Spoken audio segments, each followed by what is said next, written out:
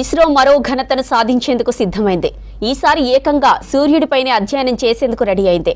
ఈ మేరకు European space agency ప్రోబా-3 మిషన్లో భాగంగా ఇవాళ ఇస్రో 2 ఉపగ్రహాలను అంతరిక్షంలోకి పంపనుంది. ఏపీలోని శ్రీహరికోట సతీష్ ధావన్ అంతరిక్ష కేంద్రం నుంచి పిఎస్ఎల్వి ద్వారా ఈ ఉపగ్రహాలను ప్రయోగించనున్నారు.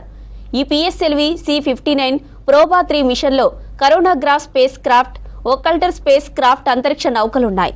ఈ రెండింటి బరువు దాదాపు 550 కిలోలు ఉంటుంది.